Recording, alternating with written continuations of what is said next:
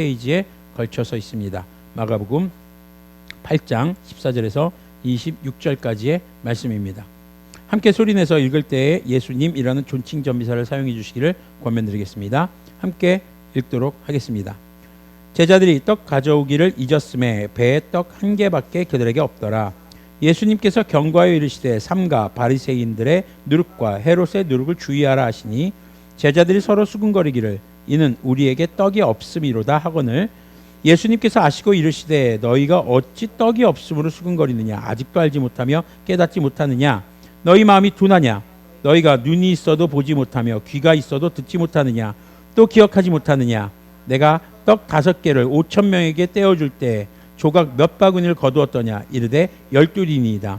또 7개를 4,000명에게 떼어줄 때에 조각 몇 광주를 거두었더냐 이르되 7이니이다.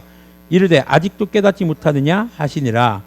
벳세다의 이름에 사람들이 맹인 한 사람을 데리고 예수님께 나와 손 대시기를 구하거늘 예수님께서 맹인의 손을 붙잡으시고 마을 밖으로 데리고 나가사 눈에 침을 뱉으시며 그에게 안수하시고 무엇이 보이느냐 물으시니 쳐다보며 이르되 사람들이 보이나이다.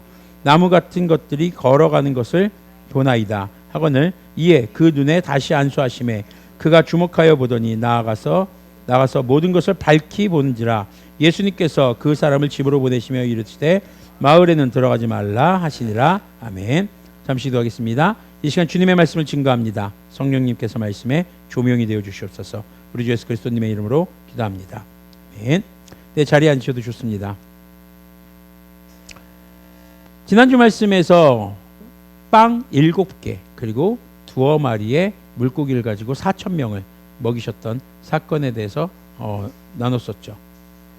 자, 오늘 말씀으로 들어가 보면요, 그 사건이 바리새파 사람들이 또 와서 막 딴지 걸고 그랬죠. 그걸 가지고 그러면서 이제 하늘로부터 내려오는 표징을 보여달라. 그런데 예수님께서는 요나의 표징밖에는 내가 너희들에게 보여줄 것이 없다. 그것은 바로 예수님의 십자가 사건이었습니다. 자, 그런데 이제 제자들과 그 사건들을 다 뒤로 하고 배를 타고 다시 건너편에 이르셨는데 지금 보니까 제자들이 뭘 두고 왔어요? 빵을 두고 왔대요. 주보 안쪽에 있는 표준세번역을 보시면은 제가 교차로 실어뒀습니다. 마태복음과 마가복음을. 빵을 두고 왔대요. 어떤 빵을 두고 온 걸까요?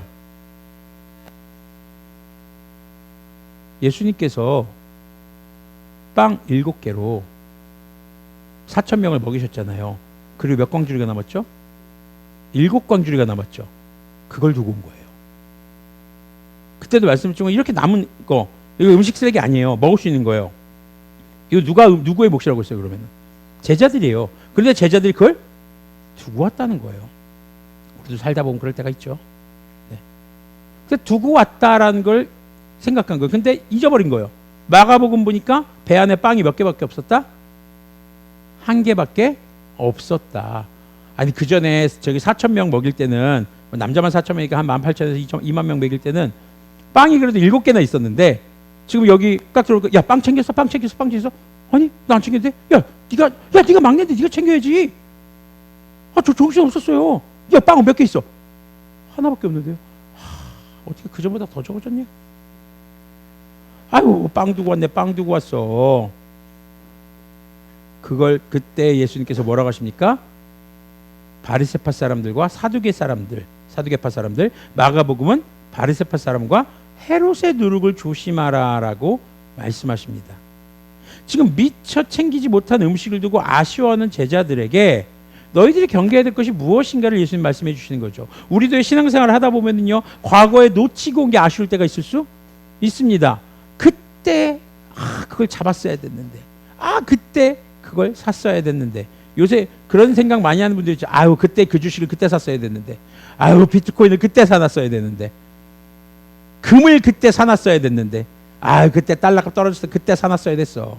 뭐 이런 생각들과 더불어서 과거에 내가 살아오면서 놓쳤던 것들, 아니면 내가 아쉬운 것들, 이런 것들에 얽매여서 과거에 얽매여 있는 과거의 미련과 아쉬움 속에서 한탄하고 있는 삶을 사는 모습이 아닐까. 지금 배에 탄 제자들의 모습이요. 다시 돌아서 가져올 수가 없단 말이죠, 지금. 근데 예수님은요, 지금 바리새파 사람들, 사두개파 사람들, 헤롯의 누룩을 조심하라는 겁니다. 자, 누룩이 뭐죠? 이스트 같은 거죠. 영향을 줍니다. 변질시킵니다. 바꾸게 합니다. 자, 그럼 바리새파 사람들과 사두개파 사람들과 헤롯의 영향력을 조심하라는 겁니다. 그들의 영향력, 그들의 신앙, 그들의 믿음은 뭐였습니까? 헤롯 같은 경우 예수님께서 태어나시는 것을 동방에서 온 박사들을 통해서 알게 됐었죠. 근데 예수님이 누구신지도 알아요. 메시아인지도 알아요. 그런데 예수님의 탄생에 대해서 그가 보인 반응은 뭐였습니까? 죽여버리자. 또 그와 함께 있었던 종교 지도자들, 율법학자들과 대제사장들은 어땠습니까? 예수께서 어디에 태어나실지도 알았어요. 베들레헴입니다. 그들은 예수님의 탄생에 있어서 기뻐하고 또 메시아가 오실 것을 기다리기보다는 당시 권력에 빌붙어서 자신의 권력을 유지하고 기득권을 가지고 더 많은 이익을 차지하기 위한 것에 목적이 있었죠. 이처럼 하나님의 말씀과 또 하나님을 믿는 믿음에 자신들의 이권 취득과 이권의 유지를 위해서 사용하려는 그런 왜곡된 행위에 영향을 받지 말라는 겁니다. 그런데 이 말을 듣고 제자들이 오해합니다. 마태복음 16장 7절 보니까 우리가 빵을 가져오지 않았구나, 그냥 안 왔구나만 탄식하는 것 같은데 동일한 본문인 마가복음은요, 우리에게 빵이 없어서 그러시는가 보다. 지금 우리에게 먹을 것이 부족해서 아이고 우리가 이거 놓고 와서 예수님이 우리에게 책망하시는구나 라고 착각하는 거죠. 제자들의 오해인 겁니다. 여전히 두고 온 음식, 먹고 사는 문제, 여기에 얽매여 있는 사람들인 거죠. 보세요. 예수님은요, 빵 5개로 5,000명을 먹이셨고요, 7개로 4,000명을 먹이셨어요. 그래서 그 다음에 예수님이 호통을 치시죠. 믿음이 적은 자들아, 이거요, 이 앞에서 빵 7개로 사람을 먹이실 때 그때도 이런 호통을 안 치셨어요. 예수님, 너희는 아직도 못 깨닫냐? 5,000명이 먹은 그 빵 5개를 기억하지 못하냐? 이게 지금 얼마나 남았었냐? 내가 빵을 두고 너희에게 말한 것이 아니라는 것을 너희가 왜 깨닫지 못하니? 마태복음 16장 11절에서 그렇게 이야기합니다. 마가복음은요, 제자들에게 묻습니다. 그리고 제자들이 대답합니다. 몇 광줄이 남았었냐? 12광줄이요. 그리고 또 몇 광줄이 남았었냐? 7광줄이요. 너희가 아직도 깨닫지 못하느냐? 예수님은 두고 온 빵을 두고 얘기하시는 게 아닙니다. 예수님 앞에 더 이상 먹고 사는 문제가 걸림돌이 되지 않는다라는 것을 예수님의 제자들은 아직까지 인지하지 못하는 거예요.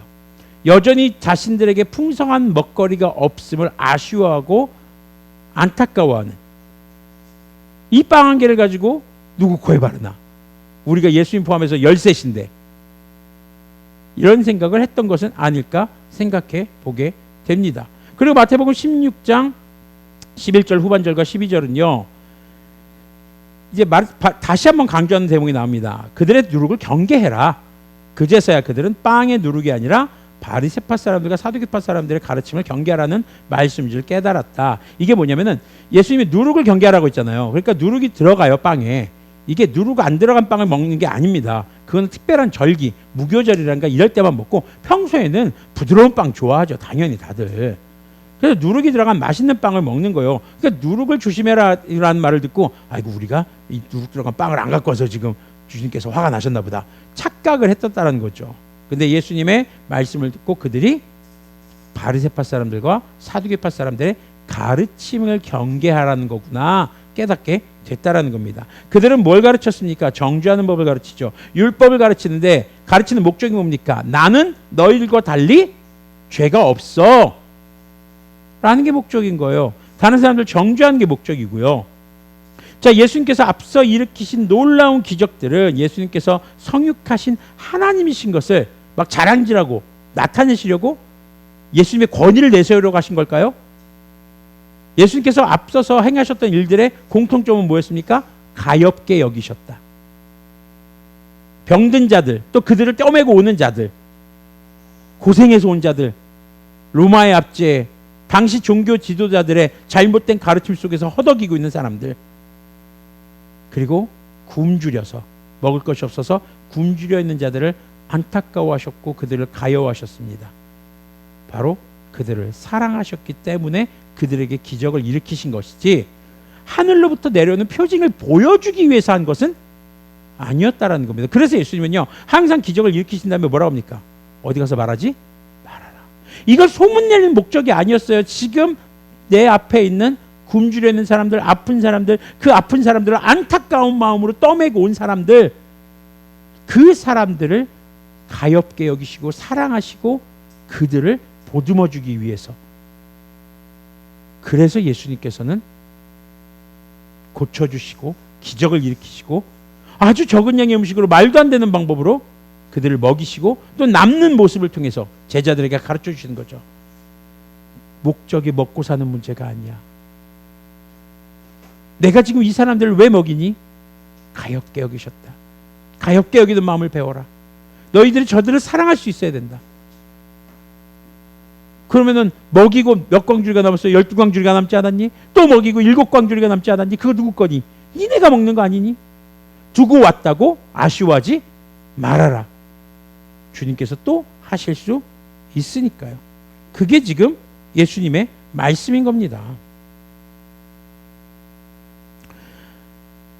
자, 그러면서 이제 이야기가 여기서 일단락되는 것 같은데 마가복음은 마태복음에 없는 이야기가 등장합니다. 벳세다로 가셔서 눈먼 사람을 하나 고치십니다. 뭐 아는 사람은 아시겠지만 눈에 침을 뱉습니다. 그리고 손을 얹습니다. 무엇이 보이느냐? 그 사람이 쳐다보면서 사람들이 보입니다. 나무 같은 것들이 걸어다닌 것 같습니다. 이게 뭐예요? 제대로 보여요? 안 보여요? 안 보여요. 안 보여요. 흔들흔들 하는 거죠. 눈을 처음 떴으니까 그럴 수 있겠죠. 예수님은 어떻게 합니까? 다시 두 눈을 손에 얹으셨다. 즉 안수하셨다는 겁니다. 그 사람이 뚫어지게 바라보더니 시력을 회복하여 모든 것을 똑똑히 보게 되었다. 예수님께서는요 빵 7개로 남자만 4,000명 대략 18,000에서 20,000명을 먹이시는 사건 이전에 누구를 고치셨냐면은 귀머거리와 벙어리를 고치셨어요. 기억하시나요? 귀가 열리고 혀가 풀려서 말을 하게 되고 들을 수 있게 됐죠. 듣고 말하고 지금 여기서는 뭐예요? 보지 못하는 사람들을 사람을 고치셨습니다. 그런데 이게 이 성경학자들은 7병2삼호라고 그래요. 물고기 두서너 마리라고 그래서 7병2삼호. 7병2삼호 사건 전후에 있어요. 그럼 주님께서는 이 7병2삼호 사건을 통해서 제자들에게 귀를 열어주시고 눈을 뜨게 해주시고 말하기를 바라시는 거예요. 그런데 어떻게? 올바르게 보는 것도 똑똑히 제대로 보기를 원하셨던 것이죠. 마가복음 7장 31절에서 37절에서 나오는 말씀처럼 듣지 못하고 말하지 못하는 사람을 고치시면서 그리고 제자들에게 이 바리새파, 사두개파, 헤롯의 누룩을 조심하라고 가르치시고 눈먼 자를 바로 고치셨어요. 바리새인들과 사두개인들이 주님의 행하신 일을 보고 들었어요. 그들도. 그런데 제대로 봤어요? 제대로 들었어요? 곱깝게 듣고 꼬아서 보고 직접 눈으로 보고도 이것이 하늘로부터 온 징조라는 것을 깨닫지 못해요. 오히려 외면한 거죠. 그러면서 다른 징조를 요구합니다. 그 얘기는 뭡니까? 어떤 걸 보여줘도 그 사람들은 받아들일 생각이 있다 없다? 없다. 트집 잡기 위한 목적이기 때문에. 만사가 뒤틀려 있는 거예요. 예수님만 보면 화가 나는 거예요. 왜요? 자기들과 다른 가르침을 전해요. 근데 누구의 가르침이 구약 성경의 본 뜻입니까? 예수님이죠. 그러니까 자기들도 찔림이 있는 거예요. 자기들도 좀 이게 마음이 상하는 거예요. 그리고 자기들이 못하는 능력이 있어요. 병든 자를 고쳐요. 말도 안 되는 기적을 일으켜요. 그러니까 사람들에게 인기가 높아지죠. 사람들이 다 우리를 존경했었는데 이제는 예수님만 따라다니네. 야, 이거 봐라. 위기의식을 느꼈는지도 모르겠습니다. 그러다 보니까 예수님의 대해서 들어도 제대로 못 듣고 보아도 제대로 안 보는 눈에 색안경을 끼고 있다. 예전에 고등학교 때 그런 일이 있었어요. 영등포에서 이제 있을 때였죠. 송탄에 와서 이제 그때 동생이 이제 공부를 봐주고 다시 또 밤기차를 타고 올라가는 상황이었어요. 겨울이었어요. 막 헐레벌떡 서정역에 가가지고 기차를 탔어요. 기차를 딱 탔는데 그때는 이제 기차에서 담배 피기도 하고 그랬어요. 사람들이 안에서 딱 들어갔는데 아니 그 뿌연 거야. 아씨 뭔 담배를 이렇게 많이 피워. 근데 담배 냄새는 안 나는 거예요. 뭐지? 뭔 연기가 이렇게. 가만히 보니까 제 안경이 뿌옇게 돼가지고 안에 연기가 가득 찬 것처럼 보이는 거예요. 물방울이 맺힌 게 아니라 쓱 뿌얘져가지고요. 아이고 내 눈앞에 이게 뿌얘져 있으니까 온통 연기로 찬 것처럼 보여요. 자기 눈이 올바로 보지 못해요. 주님의 말씀을 온전히 듣지를 못해요. 그러니까 그게 다 문제 상황인 것처럼 보이는 거죠. 예수님은요 이 먹이시는 사건 전후로 중요한 것이 무엇인가? 잘 들어야 된다. 잘 보아야 된다. 그리고 제대로 똑바로 바르게 선한 것을, 주님의 진리를 말해야 한다라는 것을 가르쳐 주시는 겁니다. 바리새파 사람들, 사두개파 사람들, 헤롯 왕과 그 일당들은 예수님에 대해서 왜곡된 말만 합니다. 예수님께서는 제자들에게 주님의 말씀을 올바로 들으라는 겁니다. 주님께서 행하시는 일들을 올바로 보라는 겁니다. 그리고 바른 복음을 그들이 듣고 보고 증거하는 증인의 삶을 살기를 바란 것이죠. 보기는 보았으나 듣기는 들었으나 거짓말로 증언하는 사람을 뭐라고 합니까? 위증자라고 합니다. 위증을 한다. 심각한 문제죠. 성경에서는 거짓 증언하지 말라라는 십계명도 있습니다. 거짓 증언이 뭡니까? 위증입니다. 근데 위증이 나오는 이유가 뭡니까? 내 눈에, 내 귀에 필터가 장착됐어요. 똑바로 보지 않아요. 제대로 보지 않아요. 왜곡된 눈으로 바라봅니다. 왜곡된 귀로 듣습니다. 그러니까 입에서 뭐예요? 삐뚤어진 말만 나오는 거죠. 그리스도인들에게 주님께서 말씀하고 계신 겁니다. 지금 두고 온 땅에 미련 두지 마. 과거에 네가 뭘 놓쳤든 어떤 부귀영화 아니면 좀 더 내가 이것만 있었으면 좀 더 풍성하게 살았을 텐데 여기에 얽매이지 마라. 그것에 얽매이는 것이 곧 뭐다? 바리새파 사람들의 누룩이다. 그것을 조심하라는 겁니다. 그것을 경계해야 하는 것이 그리스도인입니다. 그래서 세상에 잘못된 가르침을 전하는 사람들이 참 많이 있습니다. 그래서 우리는 1차적으로 우리가 속해 있는 교단 그리고 교회들이 이단이 아닌지 잘 검증해야 될 필요도 있습니다. 그것과 더불어서 목사라고 해도 주님의 말씀을 왜곡할 수 있을까요? 없을까요? 있다라는 거죠. 오늘날 현대판 바리새파 사람들, 사두개파 사람들, 헤롯 자신이 정권자가 되려고 하고 자신이 모든 걸 쥐려고 하고 자신이 통제하려고 하고 자신의 말이 곧 정의인 것처럼 말하는 그런 사람들의 말을 첫 번째로 조심해야 할 것입니다. 그리고 그리스도인들은 지나온 과거에 내가 이익을 취할 수 있었고 내가 좀 더 풍성한 삶을 누릴 수 있었던 기회가 있었다고 착각하면서 과거에 미련을 두고 살아가는 삶을 경계해야 할 것입니다. 그것이 우리가 사두개파 사람들과 바리새파 사람들과 헤롯의 누룩을 조심하는 삶일 것입니다. 그리고 그 모든 과정을 통해서 주님께서는 바로 하나님을 사랑하고 내 이웃을 내 몸과 같이 사랑하라는 것이 모든 율법의 본뜻이라는 것을 다시 한번 우리에게 알려주시는 것이죠. 말씀을 마무리하도록 하겠습니다. 주님의 말씀을 자신의 기호에 맞춰서 해석하고 적용하는 이러한 모습을 우리는 피해야 합니다. 그리스도인은요 성경에 성경에 나타난 기록된 주님의 말씀과 행하신 일들을 바르게 듣고 보고 전해야 하는 사람들입니다. 우리가 바르게 듣고 보아야 된다고 해서 무슨 환상을 보거나 귀에서 막 이상한 음성을 듣거나 이걸 얘기하는 게 아닙니다. 우리에게 주어진 뭐가 있어요? 성경이 있습니다. 이것은 오랜 시간, 수천 년, 수백 년의 시간을 거쳐서 우리에게 여러 기록된 말씀 중에서도 이것이 주님의 말씀이다라고 정죄된 성령님의 인도하심을 따라서 정경으로 한 권의 책으로 된 성경입니다. 우리는 이 말씀을 올바로 보아야 합니다. 자의적 해석 금지해야 합니다. 조심해야 됩니다. 내가 기도할 때 보는 환상과 아니면 내 귀 속에 아니면 내 마음 속에서 울리는 소리를 성경보다 더 우선시하지 않아야 할 것입니다. 오늘날 이 세대에 특히 마지막 세대가 돼갈수록 그런 사람들이 늘어갑니다.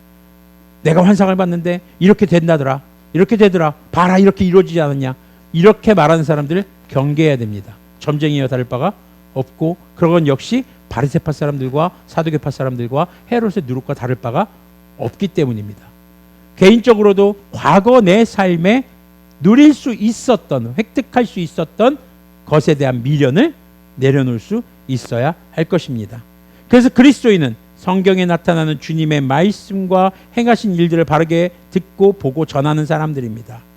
이 칠병이삼오와 병자들의 고침, 이건요 주님께서 제자들을 가르치기 위한 거였어요. 너희들 잘 들어야 되고 잘 봐야 되고 잘 전해야 돼. 그리고 주님의 관심과 사랑이 누구를 향해 있는가? 복음이 필요한 자들이 과연 누구인가? 그러면서 주님을 믿고 바라고 주님밖에는 소망이 없는 겸손한 자들이 주님의 사랑을 받는 자들이 되는 것을 또한 우리가 한 번쯤 되새겨 보아야 할 것입니다. 일어나는 현상들과 사건들, 우리의 삶에 나타나는 일들에 대해서 우리가 컨트롤러나 평가자가 되어서는 안 될 것입니다. 우리는 겸손히